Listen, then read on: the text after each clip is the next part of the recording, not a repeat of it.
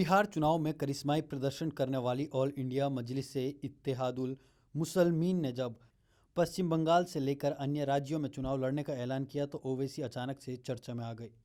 ओवैसी का पश्चिम बंगाल का दौरा चर्चा में रहा। ओवैसी के ऐलान के बाद से राजनीतिक पंडित भी भविष्यवाणी करने वाले हैं कि ओवैसी को कितना फायदा, यह तो आने वाला वक्त बताएगा, लेकिन इसका सबसे ज़्यादा नुकसान ममता बनर्जी को होगा।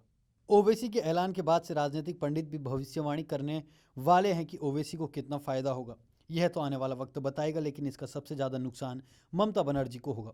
इतना ही नहीं, राजनीतिक पंडितों ने यह भी कहा है कि भारतीय राजनीति में ओवैसी की दखल बढ़ रही है। लेकिन पिछले दिनों जब पश्चिम बंगाल में इंडियन सेकुलर फ्रंट के कांग्रेस लेफ्ट गठबंधन के साथ चुनाव लड़ने का ऐलान से AIMIM का चुनावी गणित बिगड़ गया। पश्चिम बंगाल में चुनाव का बिगुल बज चुका है, लेकिन अभी तक AIMIM ने अपने पत्ते नहीं खोले हैं। हालांकि AIMIM के अध्यक्ष असदुद्दीन ओवैसी का कहना है कि वह सही समय पर अपनी रणनीति का खुलासा करेंगे। बिहार में विधानसभा चुनाव में AIMIM के प्रदर्शन ने सबको चौंका दिया था। कहा तो यह भी गया कि तेजस्वी यादव के मुख्यमंत्री न बन पाने की वजह में ओवैसी भी एक बड़ा कारण थे। बिहार विधानसभा चुनाव में करिश्माई प्रदर्शन करने के बाद AIMIM को सबसे ज़्यादा उम्मीद बंगाल में है। पश्चिम बंगाल में करीब 30% मुस्लिम मतदाता हैं और इनमें ज़्यादातर बंगाली भाषी मुस्लिम हैं।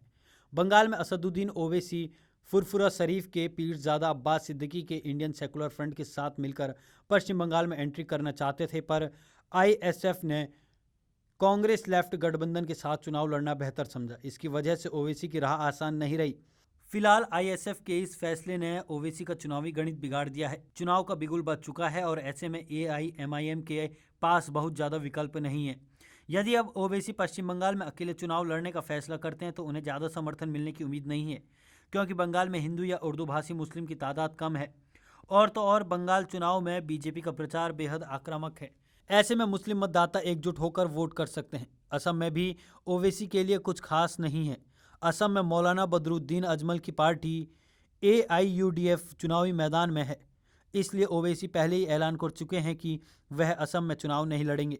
वहीं केरल में भी IUML यानी कि इंडियन यूनियन मुस्लिम लीग है और उसका राज्य में काफ़ी असर भी है। ऐसे में ओवैसी के पास केरल में भी विकल्प सीमित हैं। बंगाल में ISF के कांग्रेस लेफ्ट के साथ जाने के बाद ही AIMIM प्रमुख असदुद्दीन ओवैसी ने तमिलनाडु में चुनाव लड़ने का ऐलान किया। AIMIM ने तमिलनाडु में पिछले विधानसभा चुनाव में भी किस्मत आजमाई थी। पार्टी ने 2 सीटों पर चुनाव लड़ा था और 10,000 वोट मिले थे। तमिलनाडु में मुस्लिम मतदाताओं की संख्या करीब 6% है।